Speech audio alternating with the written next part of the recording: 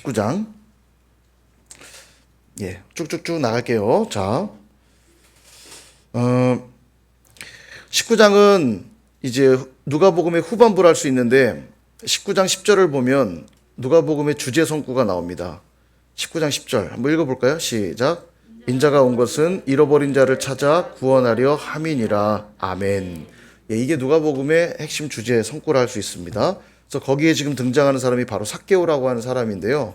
삭개오가 주님 만나자마자 회개를 합니다. 그의 삶의 변화가 일어나는데요. 8절에 보면 삭개오가 서서 주께 여짜오되 주여 보시옵소서 내 소유의 절반을 가난한 자들에게 주겠사오며 만일 누구의 것을 속여 빼앗은 일이 있으면 내 갑절이나 갚겠습니다. 이렇게 말해요. 삭개오는 세리장이거든요. 당시 세리는 로마 정부에서 세리들에게 어떻게 세금을 걷게 했냐면 백성들에게 세금을 취해서 로마가 명령한 만큼만 거두면 나머지는 그들이 갖게 했거든요. 그러니까 어떻게 하면 부자가 될 수 있냐면 많이 거두면 돼요. 그러니까 예를 들면 정부가 10,000원만 내라 그러면 20,000원 거두면 10,000원 내고 10,000원 잘 갚는 거죠. 그럼 많이 거두면 더 부자 될 거 아닙니까? 그래서 매국노라 여겼어요. 왜냐하면 로마의 앞잡이가 돼가지고 세금을 떼서 로마인들에게 세금을 바치잖아요. 그리고 자기 배를 불리우잖아요. 그러니까 사람들이 세리는 죄인 취급하고 상대하지 않았어요. 근데 세리장이었잖아요. 뭔가 약간 세리 중에서도 탁월한 세리. 그랬던 삭개오가 주님 만나고 변화가 일어나는데 그의 변화의 첫 고백이 뭐냐면 자기 소유의 절반을 나눠주고 누구에게 빼앗은 것이 있다면 4배나 갚겠습니다. 왜 4배일까요?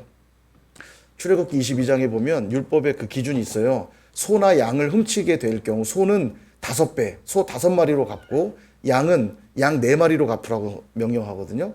그래서 양사오소 기억 안 나세요? 양사오소 양은 4마리, 소는 5마리 갚게 돼 있는데 여기 지금 그 율법에 따라 이야기하는 거예요. 내 갑절이나 갚겠습니다. 그래서 우리가 주님 만나면 일어나는 가장 특징이 뭐냐? 삶의 변화가 일어난다는 거죠. 삭개오가 그걸 보여주고 있고요. 우리 주님은 그렇게 삭개오와 같은 이들, 세리와 같은 이들, 바로 저와 여러분 같은 죄인들을 구원하려 오셨다. 누가복음이 그걸 강조하고 있고요. 그 다음 열문화 비유 나옵니다. 13절인데요. 이 문화 비유는 마태복음에서는 달란트 비유로 나오는데 누가복음은 문화 비유로 나옵니다. 내용이 약간 차이는 있는데 달란트는 처음에 나눠준 대목이 좀 다른데요. 이 문화 비유에서는 다 똑같은 문화를 나눠줍니다. 그죠? 똑같은 문화를 나눠주고 그들이 장사하고 남긴 게 달라요. 근데 요건 이제 간략하게 요약하면 남긴 문화가 다른 것은 뭘 의미하냐면 16절을 보시면 첫 번째 이 문화를 받은 사람이 나중에 주인이 돌아올 때 돌려주는데 당신의 한 문화로 10문화를 남겼나이다. 이렇게 말하죠. 그러니까 다 똑같은 문화를 받았는데 첫 번째 사람은 10문화 남기고 그 다음은 5문화 남기고 18절에 5문화 남기고 그 다음 마지막은 이 문화를 받았는데 수건에 싸두죠.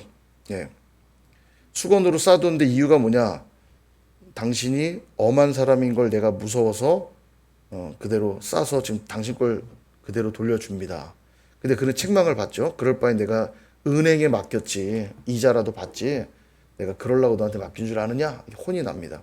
그럼 달란트 비유와 문화의 비유의 차이는 뭐냐? 이 문화는 한 문화를 가지고 10문화, 5문화를 남기잖아요. 그럼 이 남긴 문화는 누구의 것이죠? 주인의 것이죠? 그러니까 누구의 이익을 위해 일한 사람입니까? 주인의 이익을 위해 일한 자예요. 그러니까 주인이 장사하라 여기 명령을 내려요. 달란트 비유에는 장사라는 명령이 없는데 이 문화 비유에서는 장사하라. 그러면 그는 어떤 마음으로 장사했을까요? 주인의 이익을 더 많이 남기기 위해서 장사했겠죠. 그래서 이것이 착하고 충성된 종의 모습입니다. 우리 이 땅을 사는 우리가 하나님이 우리에게 재능과 은사들 또 물질, 시간 우리에게 다 맡겨주셨잖아요. 누군가는 주인의 이익을 위해서 이것들을 사용하고 있고 누군가는 자기 배를 불리우기 위해 사용하고 있다면 주님과 무관하게 사용하고 있다면 나중에 책망을 받겠죠.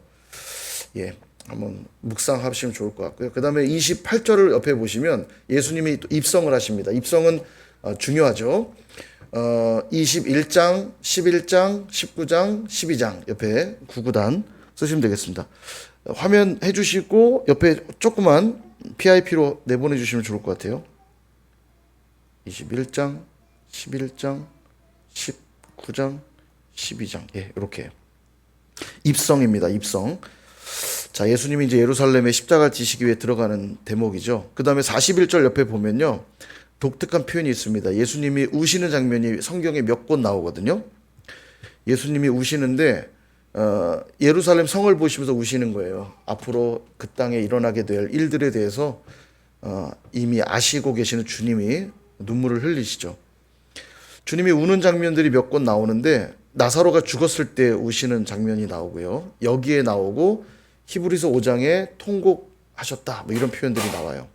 세 곳 정도가 예수님이 울었다는 표현이 나오고, 자, 그 다음에 45절 옆에는 성전 청결 사건 21장, 11장, 19장, 2장 성전 청결 사건. 매매하는 자들, 장사하는 자들 내쫓으시고 내 집은 기도하는 집이라, 만민이 기도하는 집이다. 그런 말씀하시죠. 그다음 20장 넘어가서 9절 옆에 보면 악한 포도원 농부 비유가 나옵니다. 악한 포도원 농부. 이 비유 아시죠? 타국의 주인이 가면서 포도원을 맡기고 가는데 종들을 세를 받으려고 종들을 보냈더니 계속 종들을 때리고 죽이고 하는 거예요. 나중에 안 되겠다, 아들을 보내자. 그랬더니 이 아들만 죽이면 이 밭 우리 밭 되겠네. 그리고 아들도 죽이죠. 예, 그 비유. 그 아들은, 마지막 아들은 누구냐면 우리 예수님이죠. 예, 예수님에 대한 비유입니다. 자, 그 비유는 21장, 12장, 20장 이렇게 악한 포도원 농부 비유. 그 다음에 19절 옆에는 납세 논쟁입니다. 납세 논쟁. 납세 논쟁은 22장, 12장, 20장.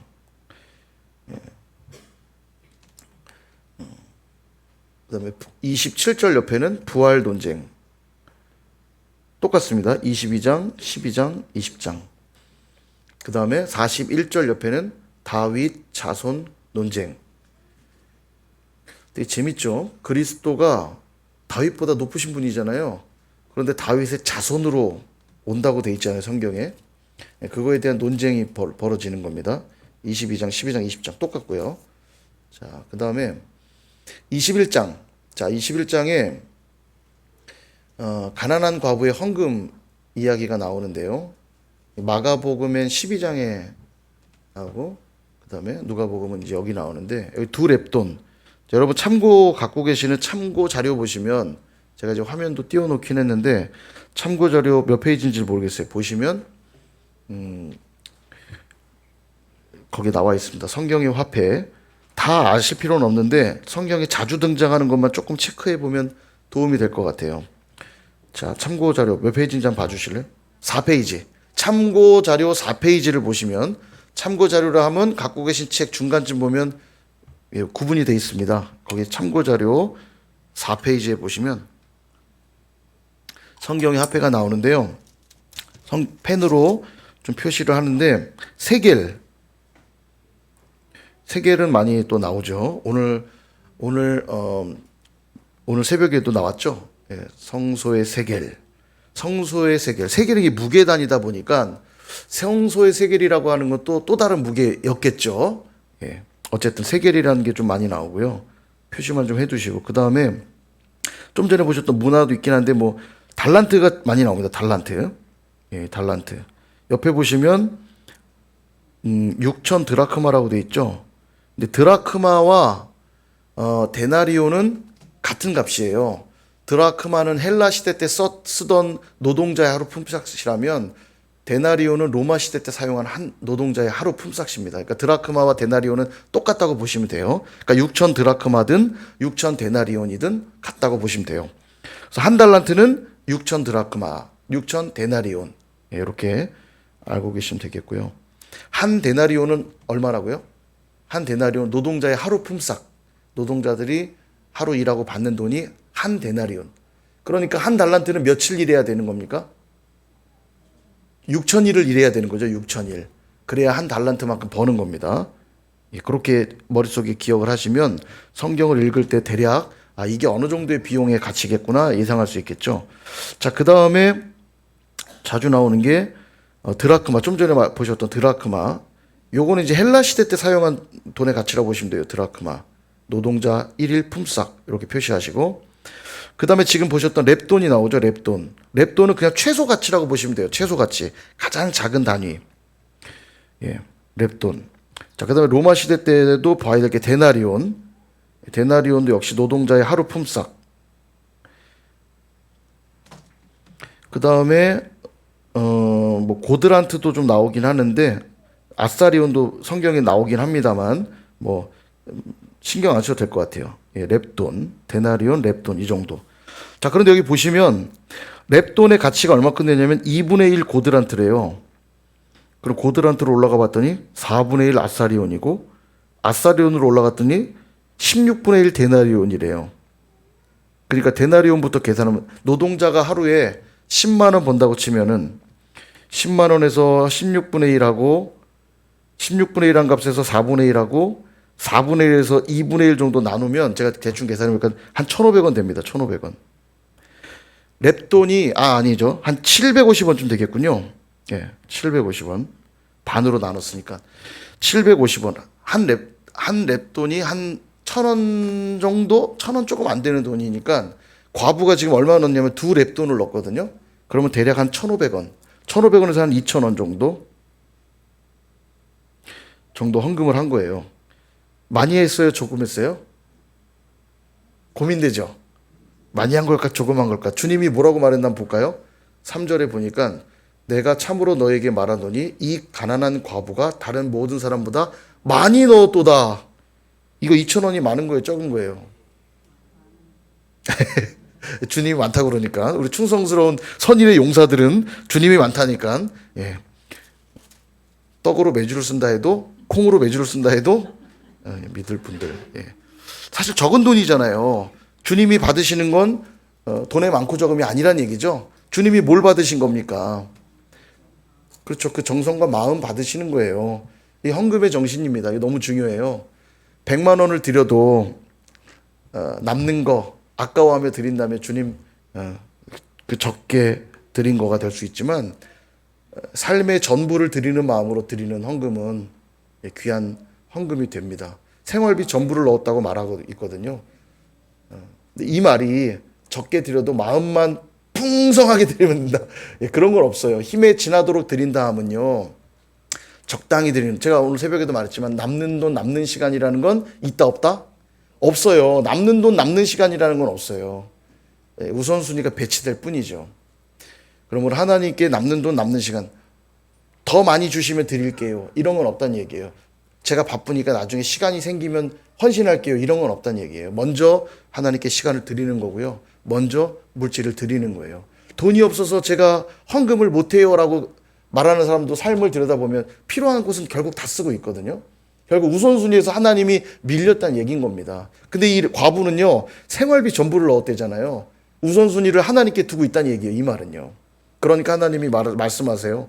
다른 사람보다 가장 많이 넣었다.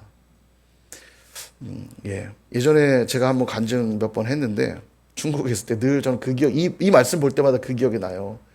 예, 교회가 이제 막 공안들이 와서 막 어렵고, 사례비가 제때 안 나와가지고, 이제 진짜 손가락 빨아야 될 위기에 처한 때, 다음날 주일인데 남은 돈은 200위안. 이제 사례비 받을 때가 한참 지나서 돈이 없는 거예요. 200위안. 한 3만 5천 원쯤 남은 거죠. 내일 헌금을 하긴 해야겠는데, 그 다음 주 한 주를 또 살아야 되는데, 이 200위안에서 얼마 헌금할 것인가. 근데 그때 딱 생각나게 하신 말씀이 누가복음 21장. 2렙돈을 드렸더니 가장 많이 넣었도다. 그래, 주님께 가장 많이 드릴 수 있는 기회다. 그래가지고 이제 우리 아내랑 상의하고 200위안을 다 드렸습니다. 굉장히 그날 저녁에 자유했지만 한 주를 어떻게 살아야 되나 고민했거든요. 진짜 이건 거짓말 안 하고요. 주일 저녁부터 전화가 걸려오는데 마치 우리가 그러려고 했던 걸 알았다는 듯이 교회 성도님들한테 전화가 와서 일주일 내내 저녁 외식을 했거든요. 일주일 내내. 참치회 먹고 뭐 어디 무슨 하여간 200위안으로는 다 할 수 없는 엄청난 식사를 일주일간 매 저녁, 그때 이제 수아 임신했을 때인데 잘 먹어야 된다고. 임산부는 잘 먹어야 된다고 소고기 사주고 막 참치회 사주고 일주일 내내 회식을 했어요. 우리 둘만 아는 거죠. 우리 둘만 눈물 글썽글썽하고 앉아 있는 거예요. 하나님께 200위안 다 드리면서 모르겠다. 그 다음 하나님 책임지시겠지 하고 사실 반신반의하면서 드렸는데 일주일 내내 채우시는 걸 보면서 우리가 200위안 갖고 버텼으면 뭐 먹었겠습니까? 3만 원으로. 근데 뭐 참치회, 소고기 식당 가서 일주일 내내 마치 그 사실을 알고라도 있었던 사람들처럼 계속 전화가 걸려오는 거예요. 일주일 내내. 이게 진짜 간증이죠. 예. 그래서 우리가 영적 제사장이 되는 새벽 말씀처럼 하나님이 그 영구한 몫을 우리들에게 주셨다는 걸 믿으셔야 돼요. 여러분이 염려하면 염려할 뿐이고 여러분이 애쓰면 애쓴 걸 먹고 끝날 뿐이지만 하나님께 맡겨드리면 하나님이 생각지도 못한 풍성한 것들을 채우실 줄로 믿습니다. 이 말씀 보실 때마다 늘 그 생각하시고 여러분의 삶의 우선순위를 누구에게? 우리 하나님께 두시길 바랍니다. 시간도 물질도 열정도 우선적으로 하나님께 드리시면 반드시 축복하세요. 그래야 공평한 하나님 아니십니까? 그죠? 예, 보세요. 여러분 진짜로 진짜입니다. 한번 경험하시길 좋겠고요. 자, 그 다음에 쭉 넘어가고요. 뭐 디테일하게 볼 것들은 많지만 넘어가고 22장 14절 보시면 22장 14절에 성만찬 26장 14장 22장 그리고 옆에 고전 10일이라고 쓰셔도 좋을 것 같아요. 이렇게. 왜냐하면 고린도전서 11장에도 바울 사도를 통해서 성만찬에 대한 이야기들이 또 나오거든요. 성만찬. 자, 그 다음에 24절 옆에는 베드로의 부인 예고 이제 닭 울기 전에 3번 부인하리라 24장에 나오고요. 24절에 나오고 그 다음에 39절 옆에 겟세마네 기도 26장, 14장, 22장 역시 똑같죠? 자, 근데 이때 표현이 재밌습니다. 마태복음에서는 겟세마네라고 나오고요. 마가복음도 겟세마네. 근데 누가복음만 감람산. 그럼 다른 지역이냐? 아니라고 그랬죠? 감람산이라는 산이 감람나무가 많아서 감람산이에요. 감람나무가 올리브 나무거든요. 그러니까 이 감람산에 가면 올리브 나무가 많아요. 그러다 보니까 올리브 기름을 짜야 되잖아요. 그래서 감람산 한쪽에 기름 짜는 틀이 있습니다. 감람유를 짜기 위한 올리브유. 기름 짜는 틀이란 이름이 겟세마네예요. 그러니까 이게 겟세마네 동산은 감람산 있는 어디쯤이죠. 그러니까 같은 곳이라 보시면 돼요. 겟감 이렇게 이제 좀 차이는 있는데 같습니다. 그 다음에 이 47절 옆에 예수님 체포되는 장면 나오고 그 다음에 23장 넘어가서 23장 가서 누가복음에는 예수님이 어떤 죄목으로 고발됐는지를 자세히 기록하고 있는데요. 2절에 보시면 자, 밑줄 백성을 미혹하고 여기다 1번 지금 예수님의 죄목이에요. 고발한 죄목 빌라도에게 끌고 가서 백성들을 미혹하고 2번 세금 바치는 걸 금하며 그 다음 3번 자칭 왕 그리스도라 하더이다. 이들의 왕은 로마 황제여야 되는데 자기가 왕이라고 말하는 건 반역의 도당이다. 뭐 이런 얘기인 거죠. 이게 이제 고발의 내용이에요. 백성들을 미혹하고 있고 세금을 내지 말라고 가르치고 자기 스스로 왕이라 하고 있다. 그래서 앞자만 따면 백세왕. 백세왕. 재밌죠. 저 혼자 재밌군요. 네. 자, 그 다음에 이제 희롱 장면 8절 옆에 보면요. 예수님을 희롱합니다. 희롱하는 내용들이 나오고 뭐 쭉쭉 중요한 것만 볼게요. 34절 옆에 보면 가상칠언 나오죠. 우리가 가상칠언 앞에서 이미 살펴봤기 때문에 요약 정리만 다시 한번 하면 그때도 적어 놓으셨나 모르겠어요. 이거 이렇게 하라고 그랬죠. 사, 낙, 아들, 그다음 엘리. 자, 엘리가 이제 한가운데 7개 마디니까 사, 낙, 아들, 엘리, 목마르, 다, 내 영혼. 자, 해볼까요? 가상치료 하나씩 사. 사하여 주옵소서. 예, 저들의 죄를 사하여 주옵소서.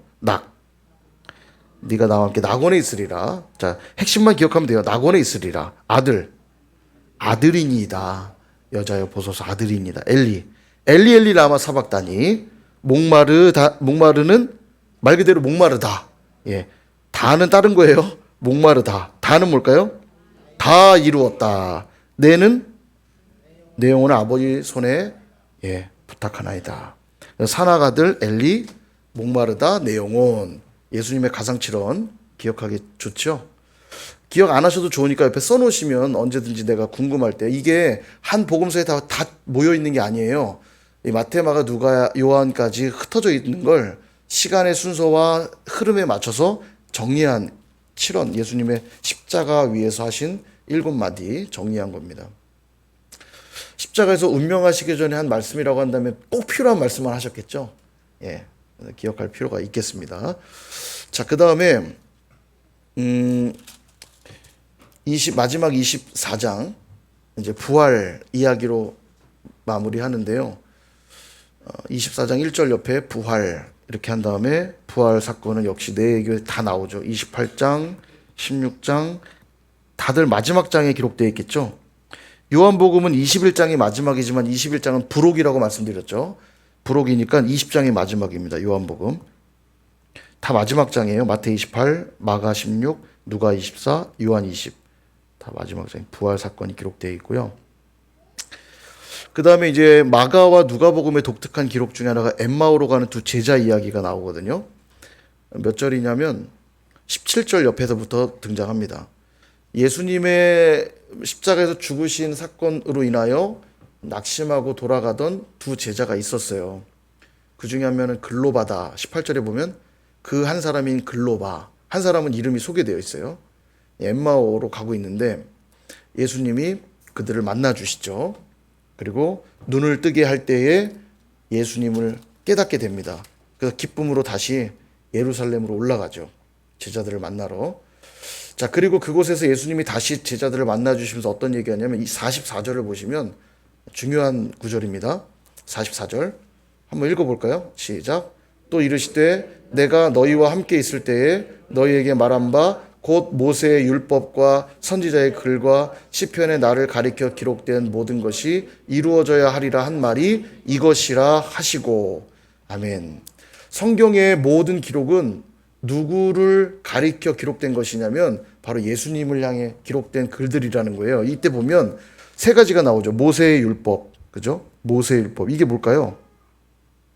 모세오경이겠죠? 모세오경. 예. 유대인들의 성경은 크게 세 가지로 구분이 되는데요.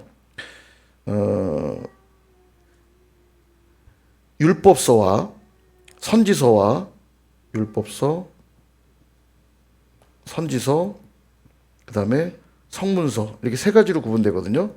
그래서 이제 율법서는 토라라고 부르고 선지서는 네비임이라고 부르고 성문서는 케투빔이라고 불러요. 유대인의 성경은 이렇게 세 가지로 구분되거든요. 지금 그 얘기를 하고 계신 겁니다. 예수님이 모세의 율법과 토라와 선지자의 글과 네비임과 시편, 케투빔, 성문서에 기록된, 그러니까 너희들이 가지고 있는 구약 성경의 모든 기록은 누구를 가리켜 기록된 것이다?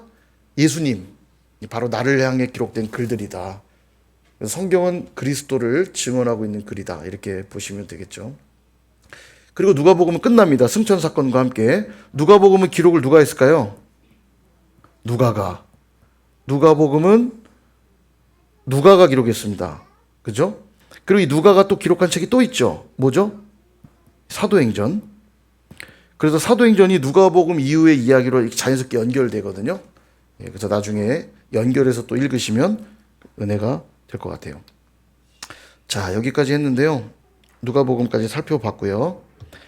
한 주간의 숙제는 누가복음 24장까지 여러분 읽어 오시는 것이 숙제입니다.